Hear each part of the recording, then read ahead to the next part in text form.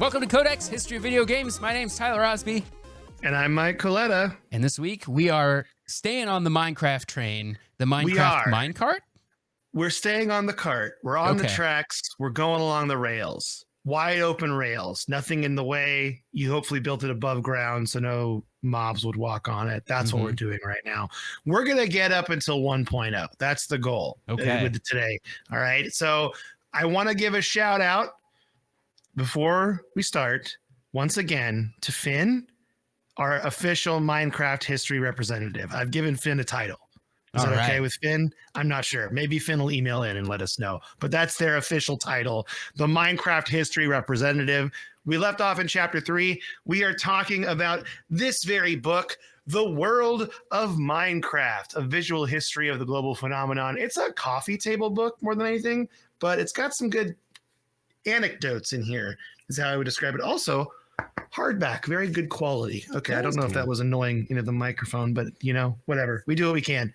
So, do you remember, Ty, when I told you that this book didn't really care about chronology? Yeah. And they kind of just jumped. This really comes into play right where we left off, to the point where I'm actually going to swap these next sections because I feel like it's going to make more sense. So, first, we're going to go to October 2010. And this is when Notch released the Nether, the famous hell-like dimension that you travel to via a Nether portal. I know you don't play a lot of Minecraft, Tyler, but are you familiar with the Nether? It sounds like a trope I'm familiar with. I have never been to the Nether. So the Nether, it's like an area where it's made of nether rack. Well, it originally was, and there's lava. Now there's biomes in the Nether. The Nether has gotten much bigger and more expanded since previous releases. But when it came out, what's funny is it originally was kind of empty. There wasn't a lot to do. There were ghasts and zombie pigmen. Those were the mobs, but that was kind of it. Now they have like these elaborate mushroom forests, and they have bones and the nether fortresses and all sorts of things to do. But back when it first came out, didn't really have much like that. It was just kind of a new place. The big thing about the Nether is, and I mentioned this last episode, that you would travel 1 block in the Nether was 8 blocks in the overworld. Yeah. So you could kind of fast travel by walking through the Nether and building portals in different places.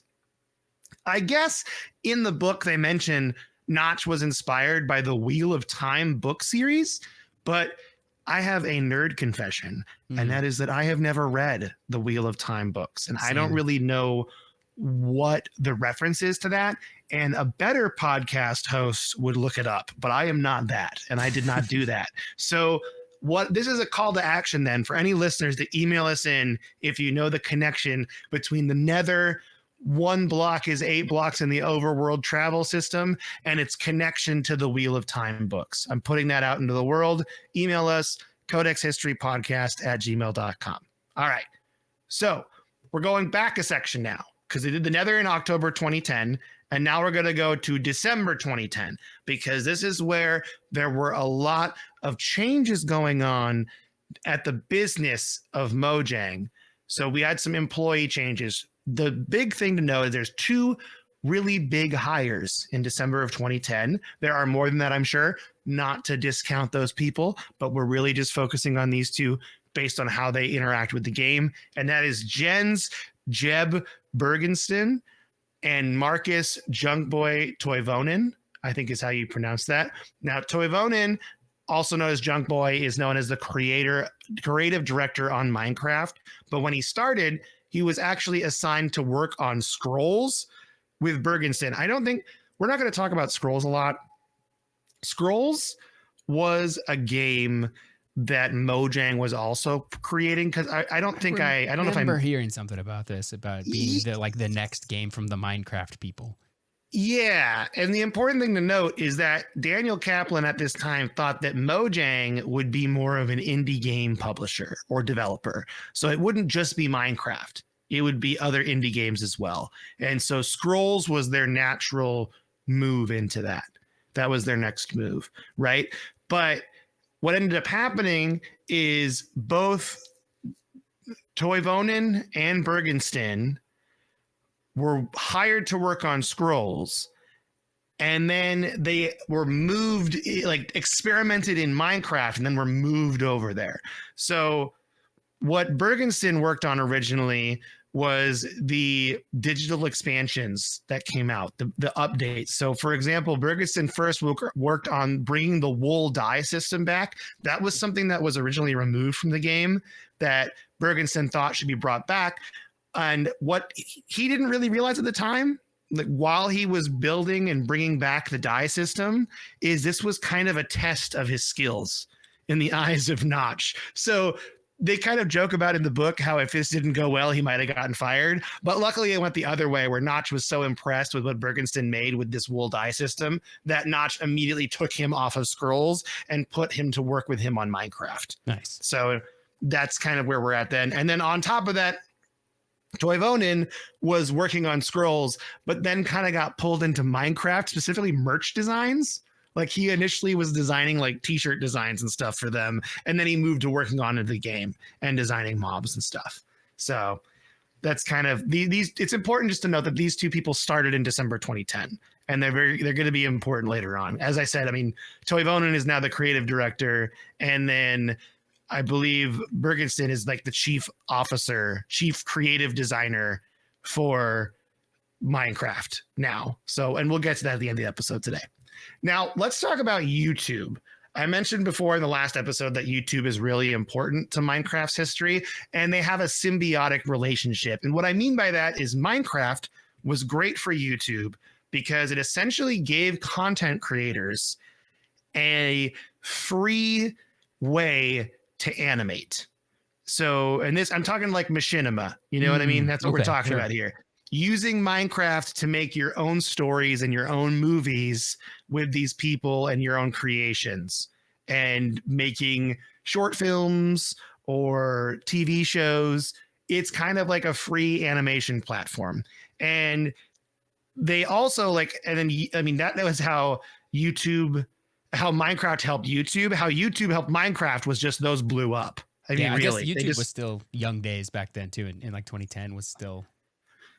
Yeah, it was. What really was like for a while there, you would look at the top videos on YouTube and they'd all be Minecraft videos. So it was kind of like the Minecraft gave content creators a way to produce the stories they wanted to make.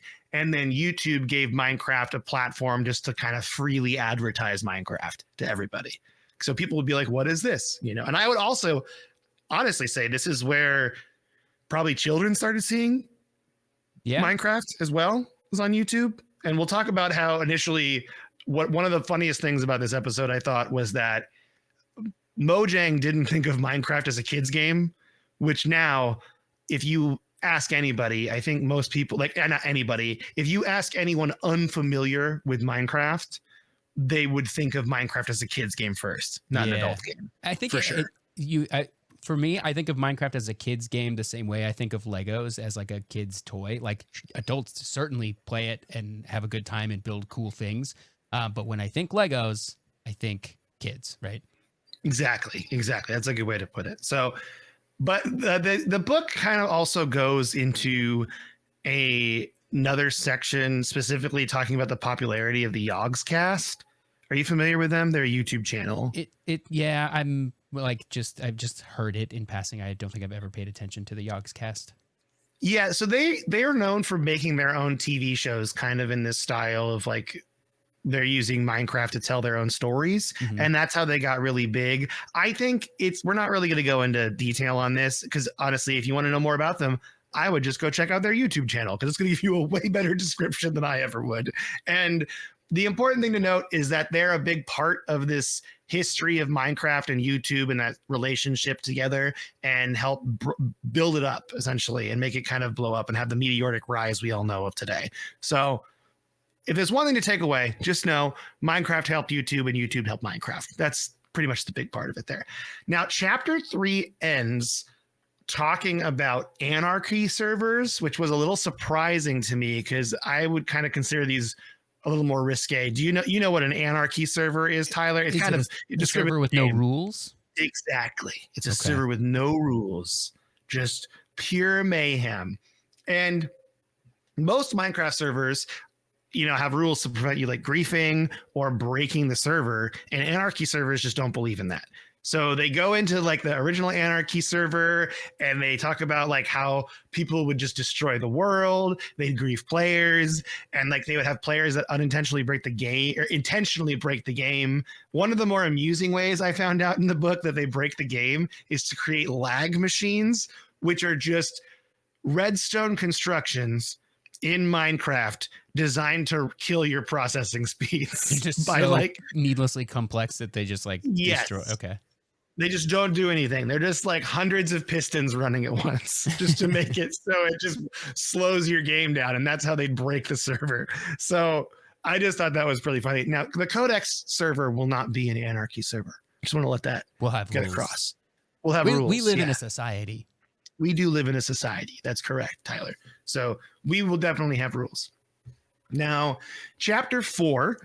This starts with Minecraft Pocket Edition, and I didn't really know how important Pocket Edition was.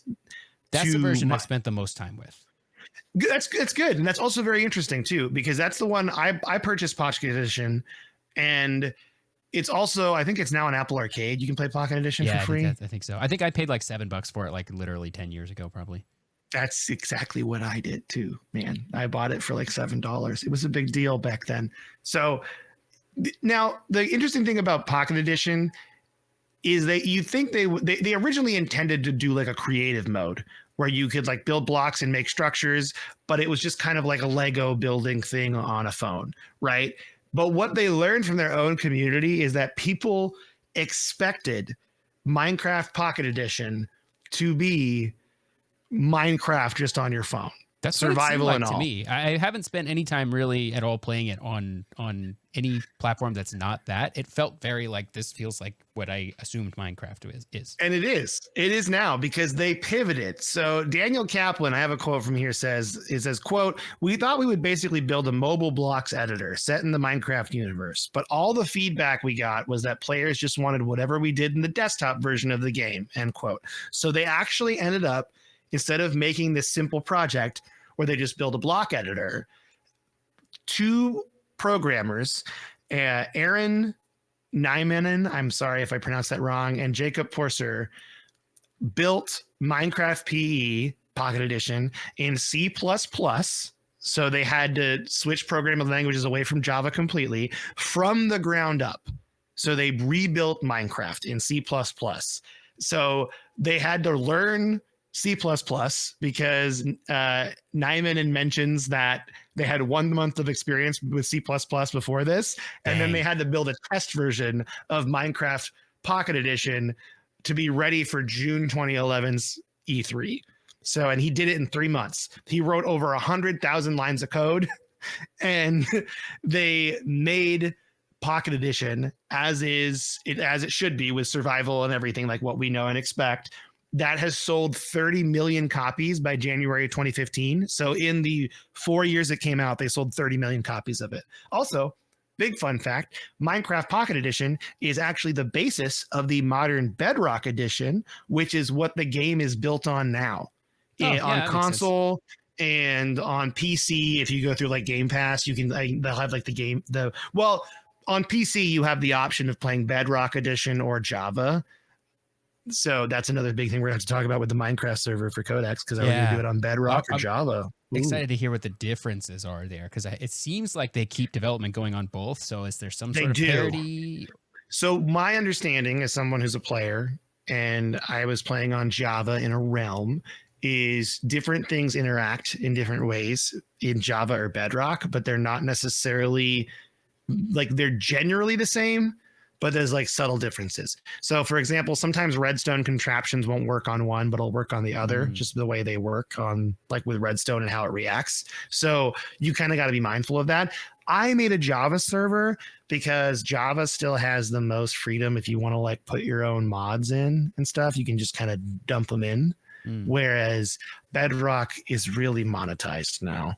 Like it's really, you got to pay to do like use special mods and stuff.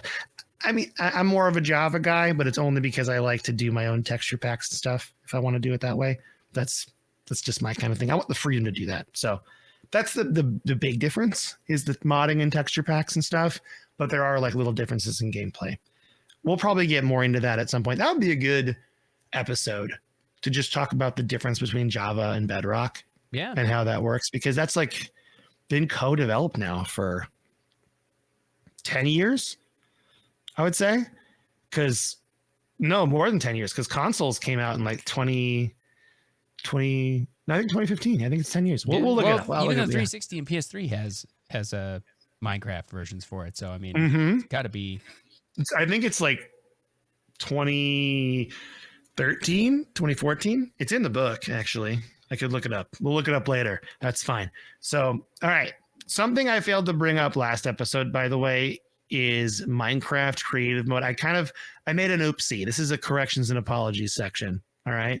So I mentioned last episode that there was always creative and survival mode, like two separate modes. That's not true, because when Minecraft first came out, there were no enemies and it was just building. But you still break trees and pull up blocks to build with it, right? Then when survival came out, that was it. It was just survival, right? There was no more creative mode because it was just one mode at the time. Okay. So then what ended up happening is in September of 2011, they brought creative back in a new, refreshed way. This is where you see infinite blocks, where you can just pick whatever block you want to put down, and you can build massive structures, and you can fly, and it's just to build, right? That's all creative mode is for. And that came out in September 2011, brand new. Jens Bergensten also makes a note and is on record saying that he intentionally did not include any copy paste mechanics for creative. So if you wanted to like change your world in mass, you still have to use a tool like MC Edit, which you can use online to like make large scale changes to your world and then resave it. I've used MC Edit before just to kind of look at stuff in my world to try to find things. This was a long time ago when I did that, because now there's better ways to do that. But I just think it's pretty cool that they didn't include that, because you hear the reasoning why, and it makes a lot of sense. Like Bergensten didn't want to have like prefab structures. He wanted to encourage creativity, and by having people put things down block by block, you're actually thinking about what you're placing and you're making changes, versus if you wanted to build all the same house and just copy paste it along. That's actually one thing that I had an issue with the Lego Fortnite, also known as Lego Fork Knife in our friendship community, is they have these prefab buildings, but it doesn't really feel just doesn't feel creative enough for me.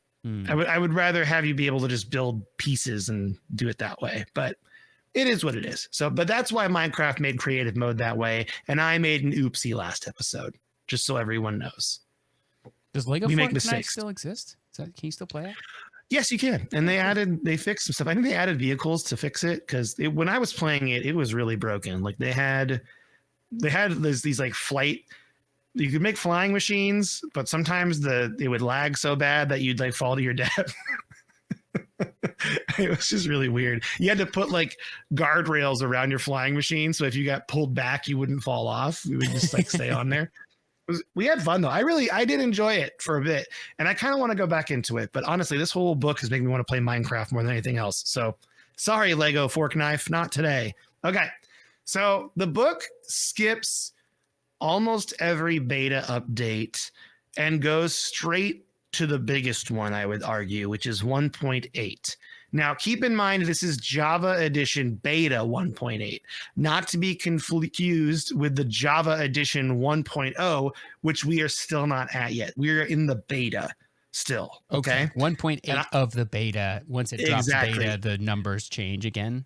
It goes back to 1.0. That is confusing. But I am saying that because I was confused. While I was reading the book, I had to go consult with the Minecraft wiki to see what was going on, because I was like, is there a misprint here? And it's like, no, there was 1.0 to 1.8 in the beta, and then it came out in Java Edition 1.0 and started over again. So that's why it's a little confusing. Now, 1.8 of the beta is the famous adventure update. I remember when this came out because it brought some pretty crazy stuff. It's kind of a two-parter. So 1.8 is the first part of the adventure update. 1.0 of Java Edition is the second part. If we couldn't make this any more confusing, I don't know how. If let's maybe call it Xbox Series X Minecraft 1.8 or something like that. So what 1.8 brought, most notably in this first part of 1.8 Adventure Edition or Adventure Update, is the hunger system. You have a hunger meter, and that hunger meter would refill your hunger meter, which would help you regenerate health. Before, you would just eat a piece of chicken and then your health bar would go up. Now you have to make your hunger meter go up, and your health slowly regenerates if your hunger meter is full. So it's kind of confusing. But that was one of the big updates to this. The book is interesting here too, because they point out many people were not stoked for the mechanic of hunger. Brenda Romero, who's a famed game designer, tweeted out that there had never been a good game with a hunger system. You know, go ahead. I'm not sure I disagree with that. I can't think of any. I don't think I've ever enjoyed a hunger system in a game. I agree. Also, Bergenson also agreed too. He said it took them a long time to tweak the hunger system to make it what they wanted it to be, to get like the timing right, specifically with how you regenerate health versus like how much food you have to eat or whatever. Yeah. So and I would agree that it's also still kind of annoying at times. Like if you forget to bring food with you, it's a real big bummer. That actually happened to me in Star Citizen when I played that. I forgot to bring food and it killed me, and I got really upset. Yeah, is there ever a time in a game with a hunger system where you're like, wow, this hunger system is real fun? You're like, I'm so glad I got to stop what I'm doing to make sure that this meter stays full, or else I die. Yeah. Like, I don't know. It's not. People have similar feelings about like weapon durability systems too, which I am much more lenient towards. I think you can have a fun weapon. I mean, this goes back to counting rations in D&D. Like, I'm not doing it. Okay, yeah, it's not fun unless we're in a survival situation where that matters. If I'm like, you are in a desert as a party and you got to get out of the desert, and that's kind of the challenge, then we'll start talking about rations. But if you're just adventuring around, you're not gonna need to tell me every time you eat hardtack or whatever. Okay, yeah. I don't need to know. So the other thing that actually Bergenson kind of, I wouldn't say regret, but in retrospect says is kind of not correct, is the XP system. Now, when you kill an enemy in Minecraft, they drop these little green orbs, and it's called XP. But Bergenson even says they should be called, quote, enchantment orbs, noting that you don't actually level up your character at all in Minecraft, which is true. You do not level up your character. You cannot improve a player's skills. For example, you can't make them jump higher with XP. You can only really level up items with XP. And this, Bergenstein states, is because they are, quote, making a fantasy game, not an RPG, end quote. So that's kind of, I like that the book recognizes they made some mistakes and there were some hiccups. They also mentioned before that the wool system being taken away, the one that Bergenstein kind of gets hired for making, is a huge part, like was done poorly and was taken out for no reason, kind of. And so that's why I like Minecraft too, is not only do they listen to their community, but they also will admit when they make mistakes and fix those mistakes. And I think that's pretty neat. So 2011 also brought about Forge, which is a third-party open source API used for modding. Before Forge, if you wanted to mod Minecraft, you would have to go into the game's code, change it, and recompile it. Forge made it so those stayed separate. This was huge because now players could have more than one mod running at the same time, and I put in parentheses, sometimes wouldn't break your game. It wasn't 100%. I say sometimes because nothing's perfect. Like sometimes mods just don't interact with each other, and that's just the way it is. But Forge made it a lot easier for people to mod Minecraft. So props and shout out to Forge. The book also showcases another community-made mode, which were Skyblock maps. Skyblock maps are player-made mode created by a player named Noob Crew in 2011. And Noob Crew found island survival maps fun, but he didn't really like that players could just swim away if they didn't want to do the challenge, right? Mm-hmm. So he made islands in the sky, surrounded by nothingness, with very limited items and resources. So the way the book describes it is there almost feels like more of a puzzle mode, right? Because you're given a chest with a certain selection of items, And then you have an island that's usually only 27 blocks total that has like a tree and some dirt, and you got to figure it out. Dang. And Like that's the inspiration for Eventide Island in Breath of the Wild. maybe. I love Eventide. Maybe is. I know we scream Eventide Island from the rooftops on this podcast, and I think everyone needs to know more about it because it's a beautiful place. I would live on Eventide Island. Okay. Another community project showcased in the book is the Greenfield server. Now, Greenfield is pretty cool. It's a player-built city that was launched in August of 2011 and is still going. So it was started by Oscar Sutton, who wanted to like bring urban architecture to Minecraft. They originally were inspired by New York, Detroit, and Miami, but now they primarily focus on California.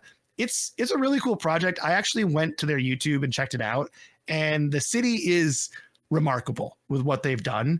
And they did an update about 5 months ago, so you can go look at their like 20-minute video where they show you the whole city, and it's really cool. They're redoing downtown, and it looks like downtown LA. Like it's really weird. That's cool. Yeah, I would check it out. And all the buildings are explorable. Like you can go in all the buildings, and yeah, it's really neat. So the Greenfield server, check it out. I kind of like that we can do this on this podcast as well. Is like the book highlights these YouTube channels that I didn't know about, like the Farlands or Bust channel from last week. Yeah, there's things I never knew existed in Minecraft that I loved. So this is really neat. Then now we're going to talk about chapter 5, and it focuses on the 1.0 release. And this is also where we're going to end today, but we still got about 10 minutes left. So everyone remain calm. Don't fret. We're still on the minecart on the trail. We're on the track together. Okay. Everything's fine. All right. We got plenty of steak. We're not going to die of hunger. We're on the mine track. Let's go. So I was really excited when I found out, this is a personal anecdote, that there was going to be an end to Minecraft. All right.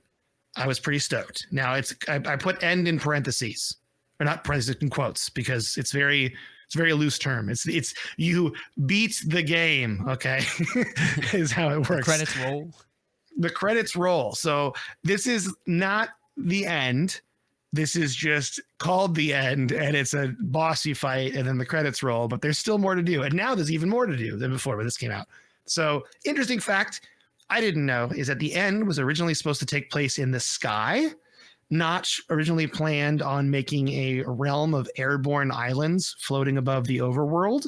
But what he learned when he illuminated those islands in the sky is that it just destroyed the whole frame rate of the game. Like you could not play. So that's why instead we get the end, which is this void that you have to find ender pearls and put into a portal to teleport to and fight the ender dragon. So this is also a little confusing, and it confused me, so I'm going to kind of slow it down a bit. The end and the ender dragon are the second portion of the adventure update. This was released when Minecraft went 1.0 on November 18th, 2011. So the beta 1.8 is the first part of adventure update, and then the Java edition full release of 1.0 is the second part 2 months later on November 18th, 2011. So there's only 2 months apart between those. I know the numbering system's weird. There were a ton of new features added in the 1.0 release. Those included brewing potions, enchanting items, the end, hardcore mode, breeding animals and having little baby animals. There was also some new mobs like the mushroom and the blaze. And I just want to make a note on here that I hate blazes and I hate fighting them. And I know you need blaze rods, but it's really annoying. And I just wish there was another way. Okay. This is me getting angry at it. Blazes light you on fire, and being lit on fire in Minecraft is the most annoying feeling in the world. I am convinced. More annoying than being hungry? Yes, I would say so, because hunger, it slowly trickles down, and at least I'm like, oh, I just got to eat a steak. If you're on fire and you forgot a water bucket, it's the worst feeling in the world. Because then just like real life. I guess I'll just be on fire then, is what you say to yourself. It's the worst. So another important note is this is the last Minecraft patch that Marcus Notch Pearson worked on. So after the 1.0 release, Notch announced on Tumblr, just to date when this was in 2011 on Tumblr, quote, he, in reference to Bergenston, will have the final say in all design decisions. So he will kind of sort of become my boss, I guess. I've promised him to not pull rank. We've been working together on Minecraft for a year now, and I'm amazed at how much in sync we two are when it comes to how to design the game, end quote. So Jens Bergensten took over Minecraft at this point after the 1.0 launch. Notch no longer works on Minecraft, still at Mojang, working on scrolls, doing his own thing. Okay. Now, we're not really going to talk about Notch that much anymore on here. We might do something later. I'll talk about that at the end. But now all the business decisions with Minecraft are in Bergensten's hands. So this is also not in the book, but I wanted to mention that since the first cave test demo to 1.0 release, it had been 916 days total of early access. Okay, that's so how long Minecraft.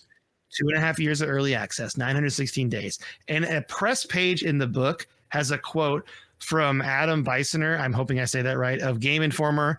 I'm not going to read the entire quote, but I think the first part really sums it up nicely. Quote, reviewing a game that sold 4 million copies before its official release may seem like an exercise in futility, but Minecraft is a phenomenon that deserves all the many accolades it has already received, end quote. And I think that's a good way to put it because, yeah it's like this game was really helped shaped by its community, and that's what made it what it was and why it's so successful is that they listened, and that is something that should be applauded. So when the game came out, it was huge. We'll get more into how they dropped it too, which was really neat. But chapter 5 closes on two cool, I'm going to call them tangents, but the last one's not really a tangent because it does directly relate to the history. But the first tangent is about Minecraft EDU, which is Minecraft's tool for teachers. This came out because of Joel Levin, a teacher and Minecraft modder, began using Minecraft in his classrooms as a teaching tool. His blog got so much attention online and on Reddit that he began partnering with a Finnish businessman named Santeri Koivisto and a programmer named Alexi Pustari. And then eventually he partnered with Mojang as well to make the classroom edition of Minecraft. So it's a teaching tool. Nice. Now, the Classroom Edition is unique because it provides teachers the ability to create lessons where players cannot create break blocks. They can search for new blocks if they need to like add blocks in, kind of like an advanced search in creative mode, teleport and change the time of day. All these things you can do in creative now, it came out here in this Minecraft EDU mode. So the book also notes that Levin's most important feature for him was a pause button that would pause everyone's game because he had a hard time pulling kids away from the game when the bell rang, he said. So I thought that was kind of funny as a funny little anecdote. Now, this is where we get to the part that I mentioned earlier where Mojang never thought of their game as it was for kids. They always thought of this as a game for adults, and then they sort of stumbled into a teaching tool and a kid's game by accident. Like initially, Levin is talking to Daniel Kaplan, the business director of Mojang, saying like, hey, I have this thing. Do you guys want to be a part of it? And he was kind of like, nah, honestly, we're really like, it's cool that what you're doing. We really support what you're doing, but we don't have any tools made. And then eventually it just became so big he couldn't ignore it. And they talked about how Levin was kind of like a community manager for teachers in a way to like really lobby for these kind of things and want these kind of things in the game. So that's kind of how we got this. It's also just silly to think that Minecraft was making this all this money and having all these players, and they were just like, yeah, it's for adults, you know, it's for adults, not for kids at all. But now I think everyone's kid's obsessed with Minecraft. So yeah, the creativity factor is something that like I understand. As a kid, I think I would have been really into the just like open, do whatever you want thing. Whereas nowadays, when somebody presents me with a game like Minecraft and like, you can do whatever you want, I'm like, great, I'm not going to do anything then. And then I'll go play something else. That's like not exciting to me as an adult, but I would have been as a kid. And so I get it. Yeah, I get into Minecraft pulls when it's like, I want to build a world. There's something about like the seeds being random that makes it feel so new as well. And I just like the progression of it all. Like, okay, now I got to build this. Now I got to build that. And like, I just like that process is very meditative for me. Okay. And I really enjoy that process. So We're now going to end today talking about the 2011 Minecon, which was very different from the 2010 Minecon we discussed in the last episode. If you remember, the 2010 Minecon was in a park in Bellevue, Washington. They had a cardboard paper towel tube with Minecraft.net written on it, and they just kind of all hung out with Notch and asked him questions. The 2011 Minecon was at a convention center in Las Vegas. Okay. The after party was at the Wynn. Yeah, it was like a big deal. In 1 year, it had gotten so much bigger. This is where the YouTube celebrities really shined, though. The Yogscast panel was so full, they had to turn people away. The YouTubers were like mobbed by fans. Yogscast even mentions they were really upset at the time because there was no security or planning. Like they didn't expect it to be this big, and it was. The con also had a special cape that you got if you went, and that is a tradition that still rings true to the Minecons of today. If you go to a Minecon, you'll get like a cape for your character in game that you can wear, which is pretty neat.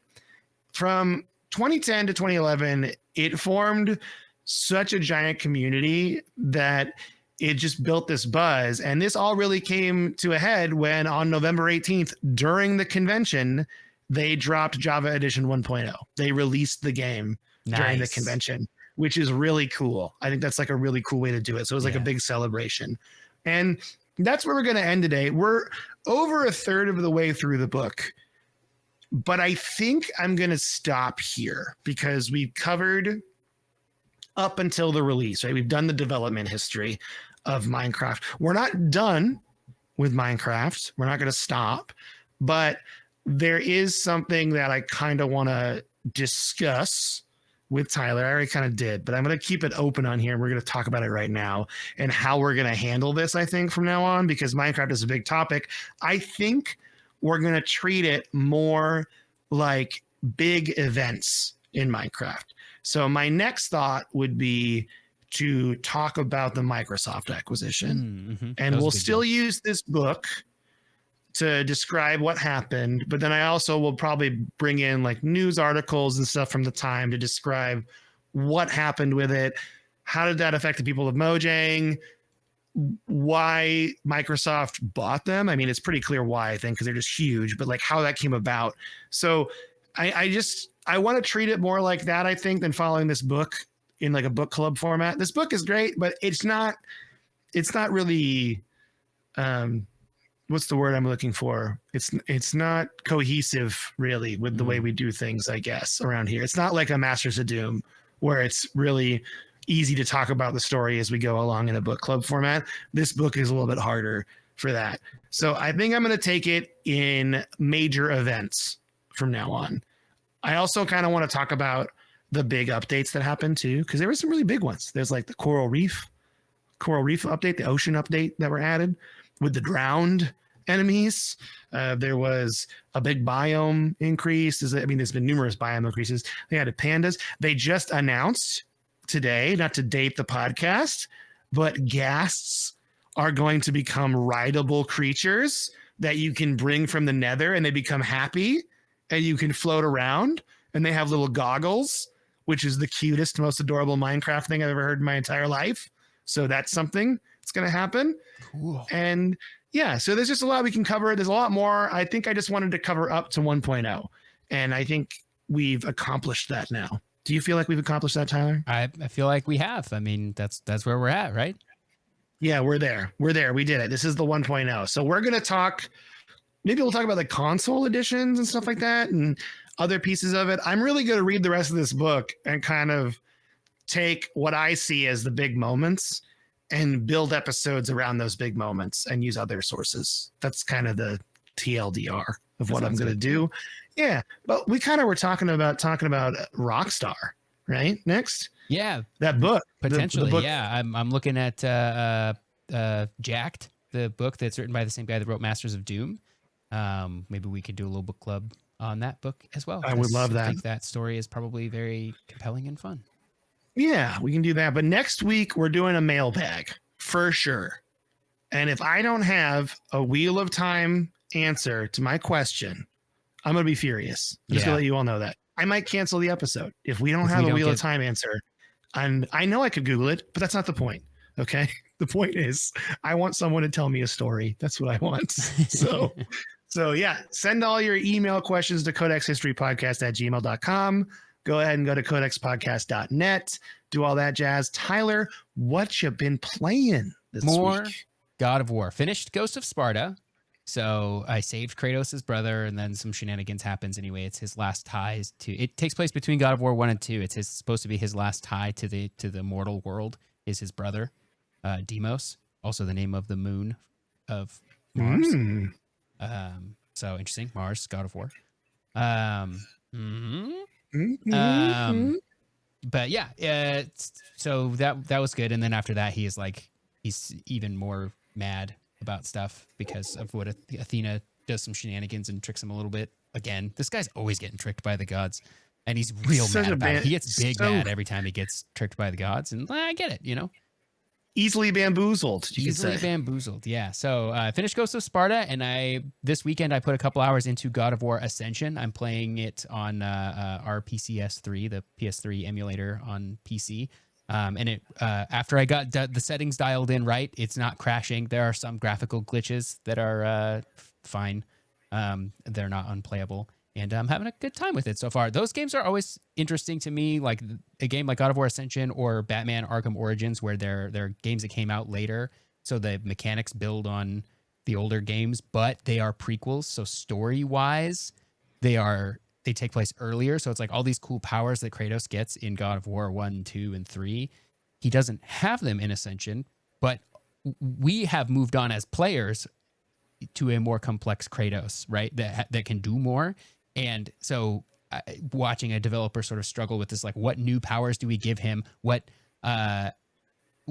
ways do we take those powers away from him, I assume, at the end of the game, because he doesn't have them going into like Chains of Olympus or God of War. And I think Arkham Origins had a similar issue where it's like, okay, this game takes place before any of the other Arkham games, but he gains a lot of like great gadgets and combat abilities through the Arkham games, and to not have that just because story-wise it doesn't make sense, it is a challenging game design problem where the game design is conflicting with the narrative. And I think that's really interesting problem to solve as a game designer and narrative writer. So, I mean, I'm neither of those things, but for those people, I am interested in how they solve those problems. You're not. I thought you were making a Jaybird CRPG that's 400 hours long. Is that not true? You can't, dude. Don't tell me. Oh, I'm sorry. Did I sign it? I just signed an NDA. Oh no. Yeah, you signed it. Yeah. Great. Now the Jaybird CRPG is out in the open. Everyone's gonna know that John Glames is a party member. And a romanceable companion. Of course. I don't think you have a choice when it's John Glames. No, you don't. You fall under his spell. He's so charismatic. His spell. He's so charismatic. Yeah. Oh man, that joke only applies to people that have listened to this podcast for a very long time. Do you realize that? I make a John Glames joke a lot, and I don't think that unless you like know what we're talking about, like it's who's that guy? Okay. And Jaybird too. That's a Jaybird. That's original. That's an original pull. Because I want to say that was early episodes. We've been doing this for a long time. Yeah. Labor of love. No ads. Look at us go. Yeah.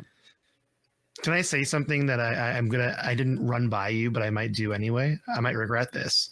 It's gonna be a lot more work for me.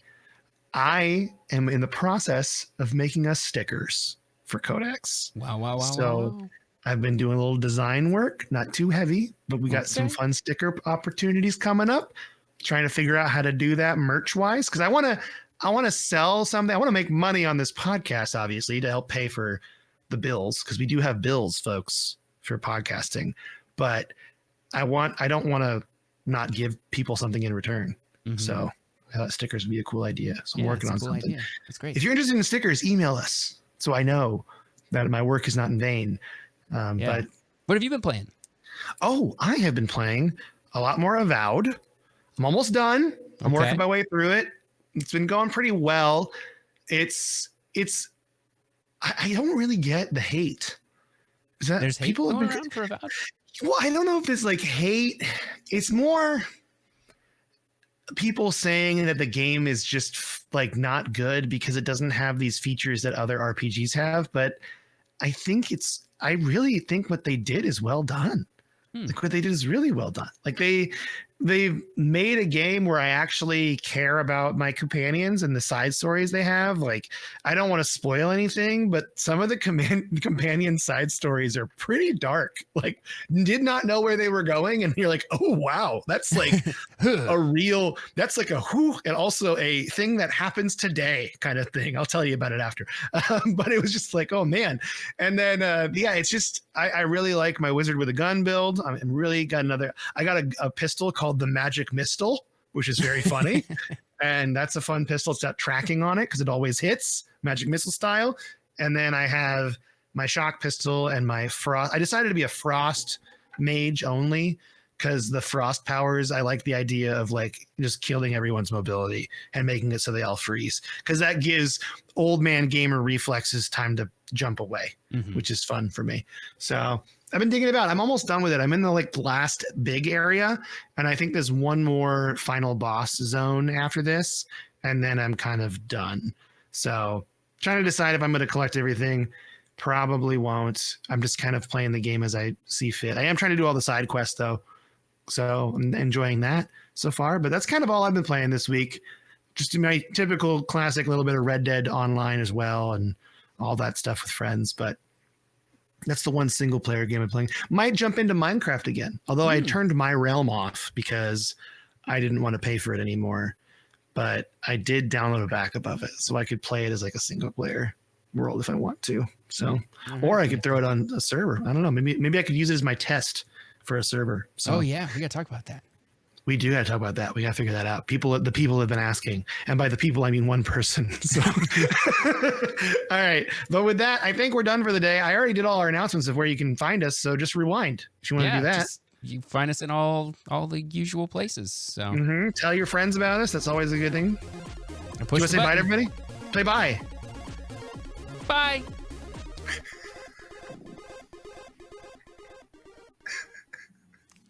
Oh, I was trying to burp in the microphone. I don't have a burp in my burper, so I'm not ready. No burps in the burper? No burps in the burper. All right. Always a burp made, never a burp.